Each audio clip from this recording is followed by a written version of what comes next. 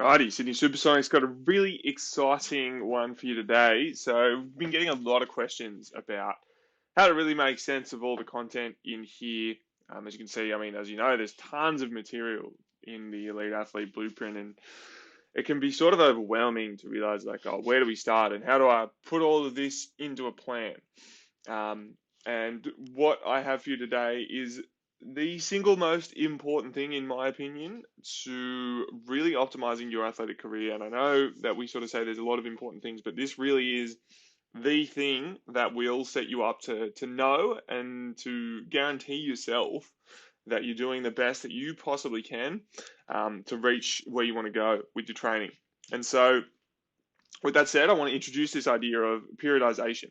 So, periodization, in layman's terms, is essentially just the idea that you're progressing your training in a way that respects how the body adapts, and it's taking into consideration a long term approach. So, obviously, you wouldn't go to the gym and lift the same weight every single time you go into the gym and expect that you would get better from doing that. How essentially periodization is something we inherently do naturally. We realize that when we go to the gym, we're going in and we're going to lift a certain weight, and then we expect that once we recover for sort of 2 days or 3 days, then we can go back in next time and lift a heavier weight. Now, that is a simplified example, and that sort of rings true for your first 1 or 2 years of training. But then what we find is that after 2 years or more of training, it's not quite that simple, and you can't just continually add weight every single time you go into the gym and expect to continue to increase the results. And that is mainly because of the idea of fatigue and recovery. Now, we're going to go into a little bit more about some of the particular ideas of recovery and all that kind of stuff, but really just to set the scene on that, I sort of want to run through just quickly a little document that I've got here. And what I will show through is this document here, in particular, these stats. So this is why periodization is so important. Now we're going to sort of adapt this to the Sonics, but really this is a fact sheet of human adaptation, and particularly how long it takes to adapt to certain things. So 72 hours it takes for our nervous system to recover. So the nervous system is when we do activities that are highly force producing, such as jumping, and that can take up to 72 hours or more, depending on how fatiguing that is. The more advanced we become as an athlete, the more fatiguing that becomes. A lot of people don't realize that muscle actually takes sort of 24 to 72 hours, depending on how intense it is. As we get more advanced as an athlete, the muscle will take longer to repair. In terms of tendons and tendon strength, it can take up to 270 days for our tendons to fully strengthen to increases in load. And as we can see here, this is a graph called the acute to chronic workload ratio that shows when we do too much load too quickly, we put ourselves at a greater risk of injury. This one here is the fundamentals of human performance, which is the idea of supercompensation. So we go into training, and then we see that as we train, our fitness baseline decreases because we can't continue to produce the energy and the force required. Our body needs to recover. Then we recover, and this is sort of like your 24-hour period, this graph here. So we recover and get better. And then what we find is if we leave it for another sort of 24 to 48 hours, then we find this super compensation effect. So that's where we actually get better. So we go into the gym, we do our training, we fatigue ourselves, then we recover back to where we were, and then we get a little bit better towards this super compensation graph. And if we do our training, and this is just an example, but say if it was 24 hours to recover properly, if we do our training within 48 hours, so we take 2 days rest, then we're going to find that we're fully recovered, our body's gotten better and stronger. And then this supercompensation graph line becomes our baseline. So then when we train again, we have to recover, so we go down to here. But then when we supercompensate, we're up to here, and then we're better. Now this is a simplified representation of how it works, but that is how we adapt. And we must remember that when it comes to adapting to training, we don't get better in the gym. We get better when we're recovering from the gym. Now, looking here, we see some specific timelines as to how that plays out. So if we're looking at glycogen straining and using a maximal sprint, how long does it take to properly recover our glycogen in the muscles? Well, as we can see here, the supercompensation period happens within sort of 24 hours. Now, that is just one example for nervous system fatigue and muscle recovery. It's more like this recovery period will happen here, and then the supercompensation will happen up here. So you're much better off waiting for 48 hours.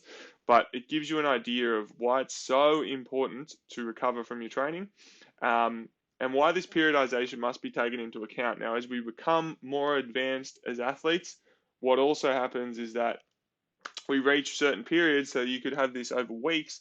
You have weeks where your nervous system can't produce maximal force anymore, and it needs time. It needs like a week to recover, particularly in a sport like basketball where you're producing a lot of force.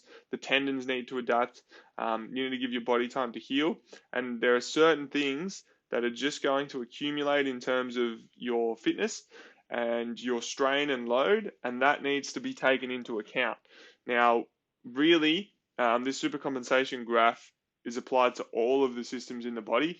And every time we train, we stimulate multiple systems, and they all have different supercompensation curves and different recovery curves. As you can see here, glycogen straining is very different to damage to mitochondria.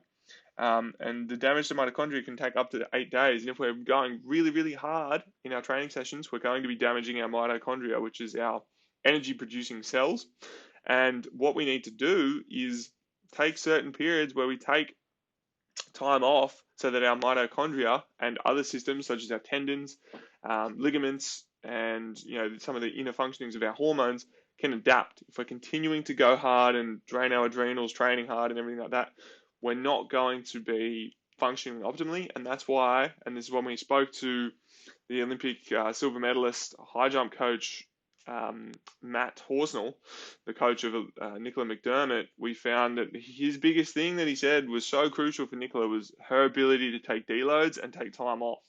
And that's one thing that's really, really important. And so that's the context to set why periodization is so important. Now, you can check out this video to go into a little bit more detail about it, but super exciting to kind of get into how we want to set it up for you and how we're going to do it. So really, what we're going to go through is just show you. So this video here, we've got linked in the lecture that we have in Teachable. We're just kind of working on it now. So this video is linked in the guide. And what it shows is basically how to set up a periodized plan according to how most strength coaches will do it. So if you want a bit more context about periodization, a periodized plan and how I've set it up, check this one out. As I've said here in the text, ignore and don't worry too much about the specific terminology, as the coaches and these tutorials will guide you through how you need to set it up. So we don't use plyos in the blueprint. We don't use too much power training. I mean, we can work that in as you become more advanced. But the other crucial idea that I want to introduce before I sort of show how this yearly training plan works is the idea of properly adjusting your training and the amount of training that you're doing according to reps and sets. Now, what is a really popular rep and set scheme for most people is 3 sets of 10. And that rep scheme is too much for most exercises and for most people who haven't trained that much to be adapting from. So when you're doing 3 sets of 10, what you're finding is that you're stimulating. So there's a big difference between the amount of time it takes or the amount of stimulus it takes to adapt and the amount of stimulus it takes to recover. And so 3 sets of 10 is going to push you much further down into this fatigue curve, but the body only has a certain amount of adaptation that it can go through. So if you're doing 3 sets of 10, for example, you're going to be pushing yourself down into this zone here, where it's going to take more energy to recover from. But when you come back up, so you're going to take sort of 2 or 3 days to recover, you're only going to come back to this supercompensation line. That's exactly the same. There's no such thing as the ability to compensate more than what your body can adapt to after one session.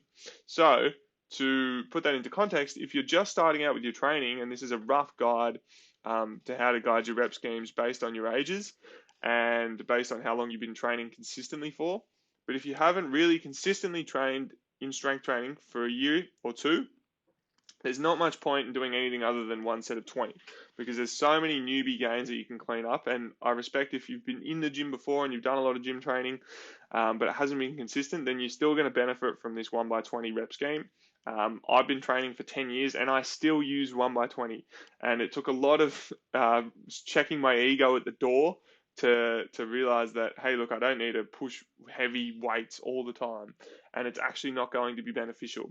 And so, trust me when I say I've done the research on this. If you look up 1 by 20, there's a popular strength coach named Jay DeMayo who is a massive proponent of 1 by 20, and he uses it for his collegiate football players, and they're squatting, upwards of 200 kilos for one set of 20, and they're still getting benefit from it. So the best rule of thumb to guide your periodization is if you haven't been training consistently for 2 years, I should say, then stick with 1 by 20. Or if you're under 16, stick by 1 by 20. Great rules of thumb. I mean, if you're working with a coach specifically, these rules can be sometimes broken, and that's why I would advise, if you're really, really, really keen, work with one of our Sonics Network coaches. But for the main purposes of planning your own periodization, you're much better off doing less than more when it comes to this type of training. And that's because of this graph up here, which we're still working on. But the most important thing to elite sporting performance is sporting participation and performance. So when you're playing your sport, if you're going too hard in the gym, you're going to be sacrificing your ability to get out on the court and play basketball or play whatever your sport is. And so you're going to be cooking yourself more than is absolutely necessary for you to adapt. We really want to, with this gym training, do the minimum effective dose and the minimum amount of training so that you can, and as we talk about here, the second most important thing is consistency. So you can be consistent and you can continue to stimulate this adaptation curve. So you're going training and then you're continuing to stimulate this adaptation curve. And even if the supercompensation baseline is a little bit less, if you're doing it more frequently, this supercompensation baseline is going to grow more quickly than if you're completely cooking yourself and then you're having to recover a lot. So say you get 4 sessions in of 75% of the supercompensation, as opposed to 2 sessions of 100% of supercompensation, well, then you're still 50% in front at the end of the week, and that accumulates over years and years and years. And that's why frequency and consistency is far more important for sporting performance. And so when we then go into these more advanced stages, we can go 2 sets of 10, and that's sort of when you've been training for 2 to 4 years, and then 4 to 6 years is your 2 to 3 sets of 8, and then 6+ years is 3 to 5 sets of 4 to 8. Now, these are just gross numbers for your main lifts, and as we show in our programs, it's really going to depend on the main lifts that you're doing. But a lot of people get stuck in the 3 sets of 10 rep scheme and don't realize that they're probably doing too much for them to adapt from. And the best analogy I like is, like, you don't want to play your trump card too soon. This is your trump card up here. You've got the ability to use rep schemes that are going to get you super strong when you can handle weights and handle forces.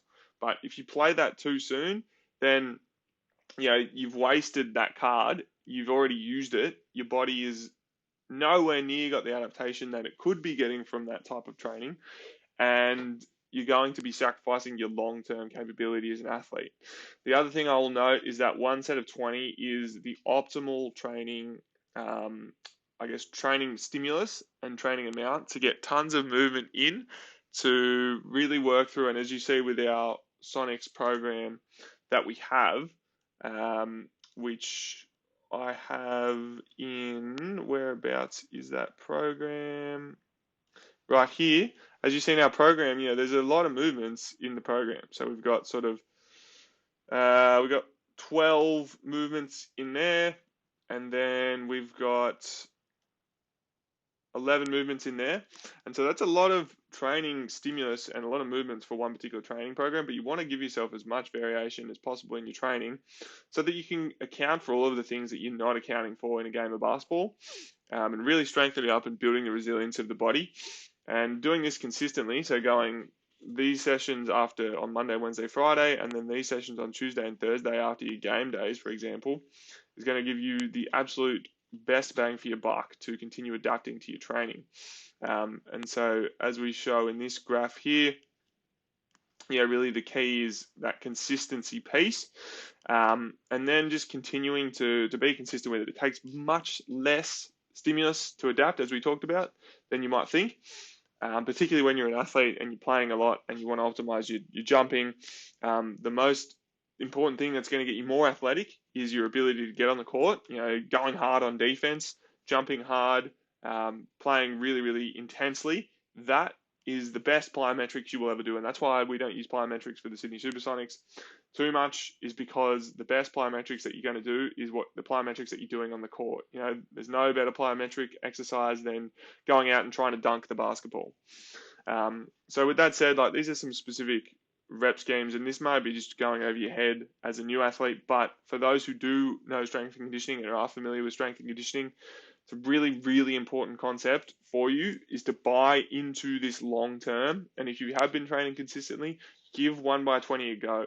The best rule of thumb is that if you stop adapting and if you're not lifting more weight by the end of the 12-week period on a 1x20 rep scheme, you should really be able to increase your reps or sets, or sorry, not reps or sets. You should really be able to increase the amount of weight that you're lifting for 20 reps every single week on a 1x20, because the body is just going to adapt to that.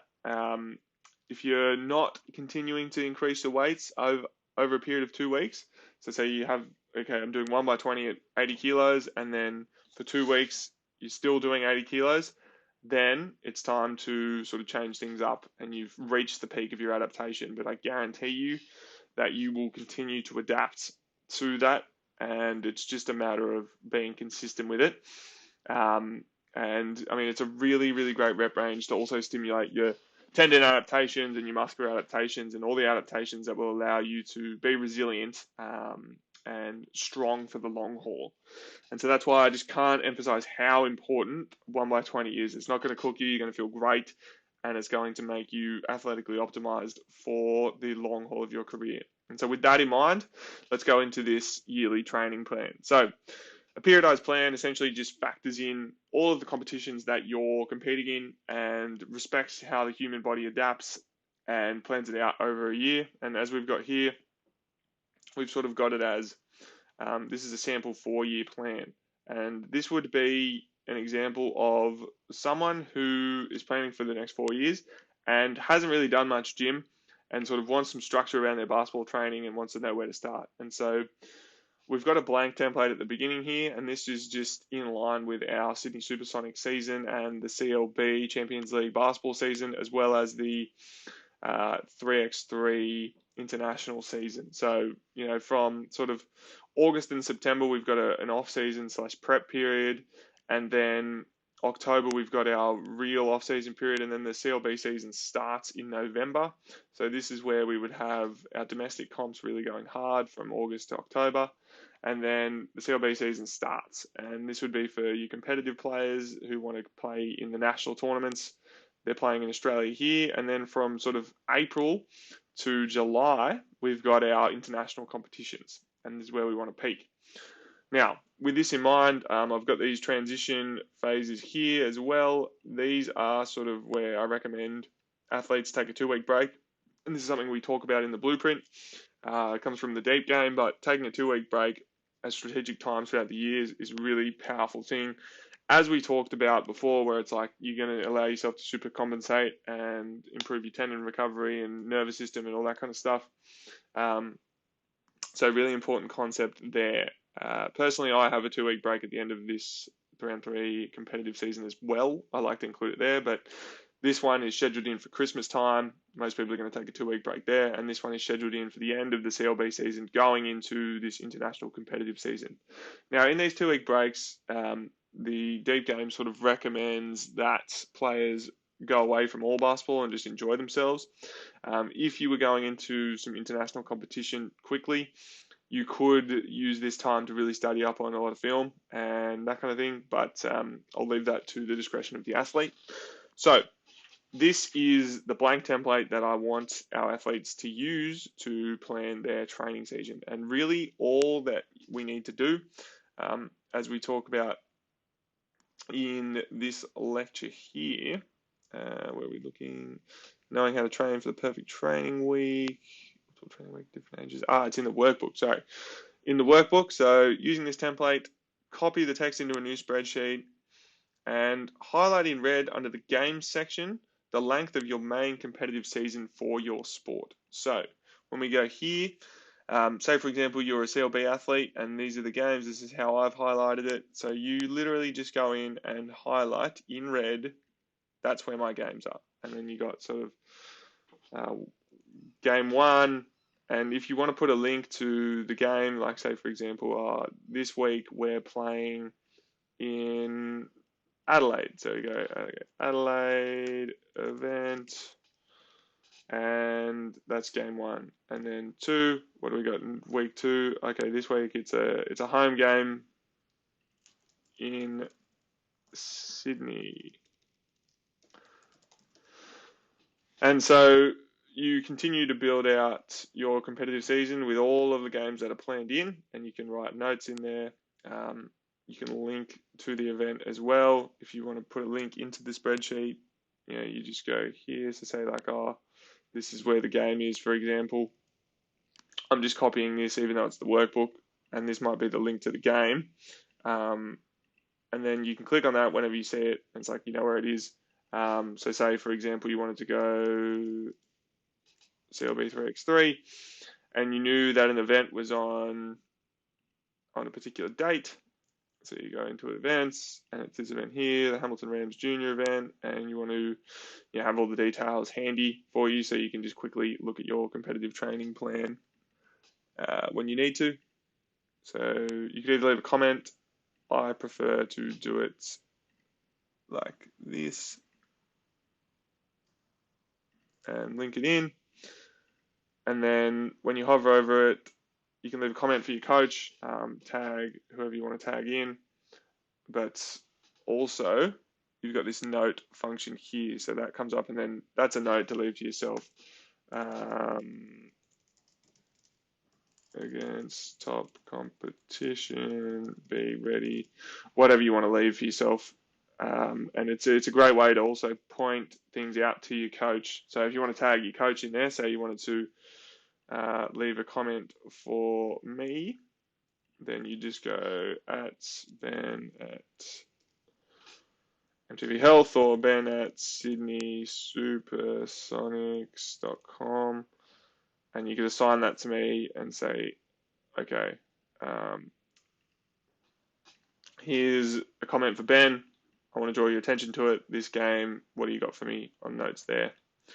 So really, that's how to play against the top competition and how that best works.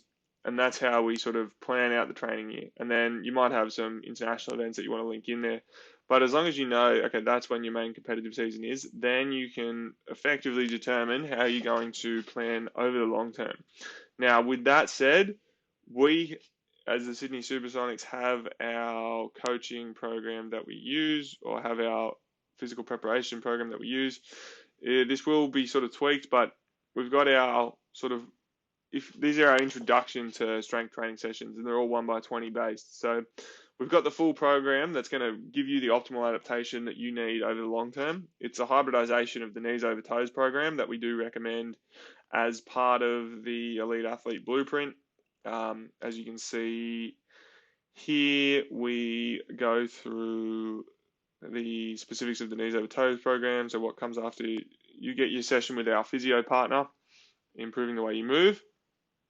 We then go on to the knees over toes program. We highly recommend knees over toes.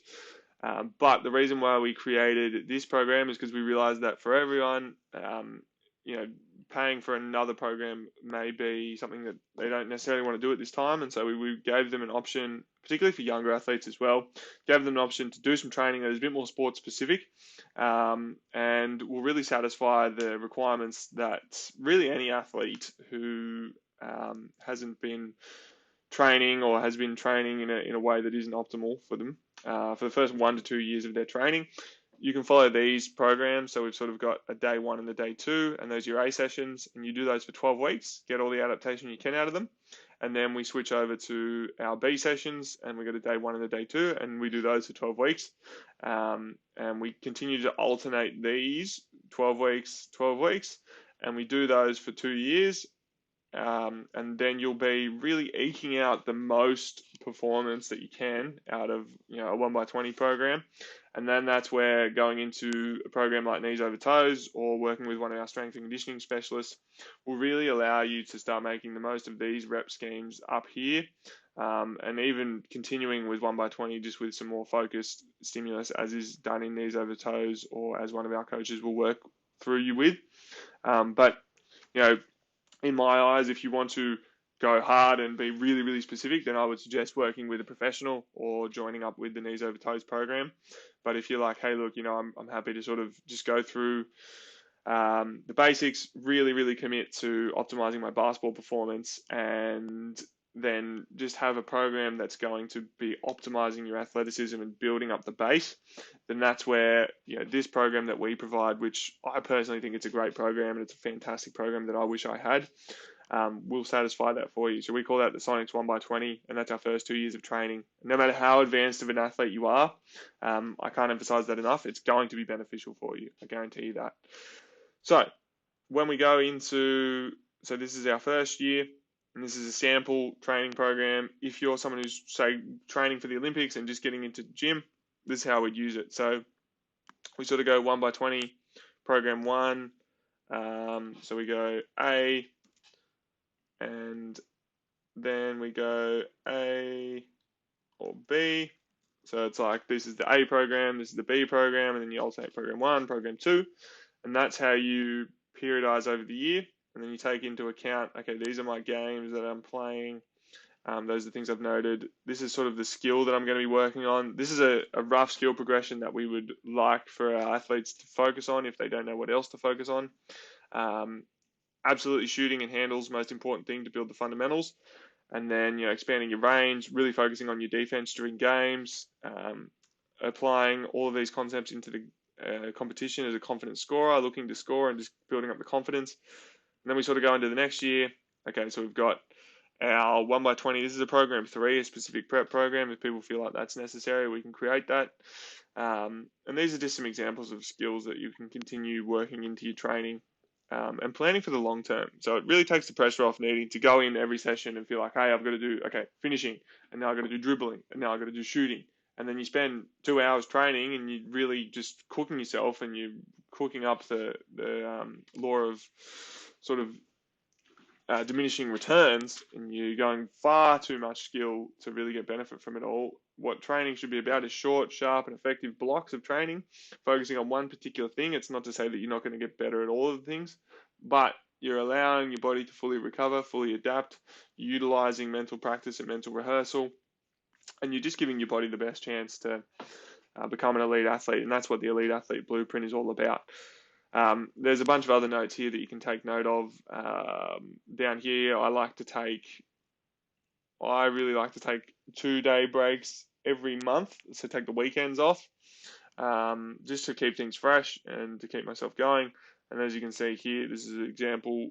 We'd recommend taking this period off as well as you get more experience and more advanced. And then this is where the Knees Over Toes program comes into things. These are the programs that is recommended by Knees Over Toes. So you've got ATG, Zero, Dense, Standards, Genetic Potential / Advanced Zero, and then you go Zero Advanced, Dense Strength Advanced, Standards Advanced, Genetic Potential Zero. And this is where you're really peaking. You've really sort of gone through the Knees Over Toes program. I mean, look, if you want to go into this program, it's not super expensive, and that could substitute all of this stuff here. But I think doing these 2 years of beginning 1x20 will really optimize you to come into Knees Over Toes here and just get the absolute most out of it, have learned a ton about your training. And also, these first 1 to 2 years is really where focusing on basketball is a bigger part of the training piece. And so, like, the gym is just something that, or the gym-based work, and I say gym, but really the program that we've set up, this program here, can be done anywhere without access to a gym. So I call it gym-based work, but it's more just like physical prep work. That stuff is not going to be too time intensive. It should only take you less than 30 minutes, 3 times a week. And then with that said, you're picking the key movements and doing that on those days, and then the optional upper body days as well. And they're basically like basketball workouts as well, so you can tack them onto your basketball. And then the ATG stuff is designed very similarly, designed to be sort of 30 minutes or less, but you're going to need equipment for these programs here. And that's where you take your training more seriously. You look to invest into going to a gym or getting some gym equipment, and look to invest into a professional coach. And this is just an example of how we would recommend interacting with the Knees Over Toes program. You could also do it with one of our professional coaches in the Sonics network, and they will definitely look after you. That's why we've got them. And keeping in mind, the goals that you're focusing on for your sport, playing and finishing, playing with composure, playing like a savvy scoring guard. We can go further into some of the testing that you'll be going through. The testing here has been repeated, but this will be changed over time. But the idea is that don't worry too much about this quickness, vertical jump, strength, robustness, all that at the moment. What's more important is that you understand where your training period is, where your games are, and where you can sort of go harder on your jumping and athletic prep versus when you're playing. So a really important thing to note for your first year is that this preparatory off season is where you're really going hard on things like vertical jump and quickness. And then during your competitive season, you're just focusing on playing. One thing we also really like is practicing your jumping at the end of your training. So to continue improving your athleticism at the end of training, if you don't have knee pain, practice just 10 jumps at the end of the training, 10 potential dunks, and that'll really start to build your athleticism up over the years, particularly when combined with our program at the 1x20.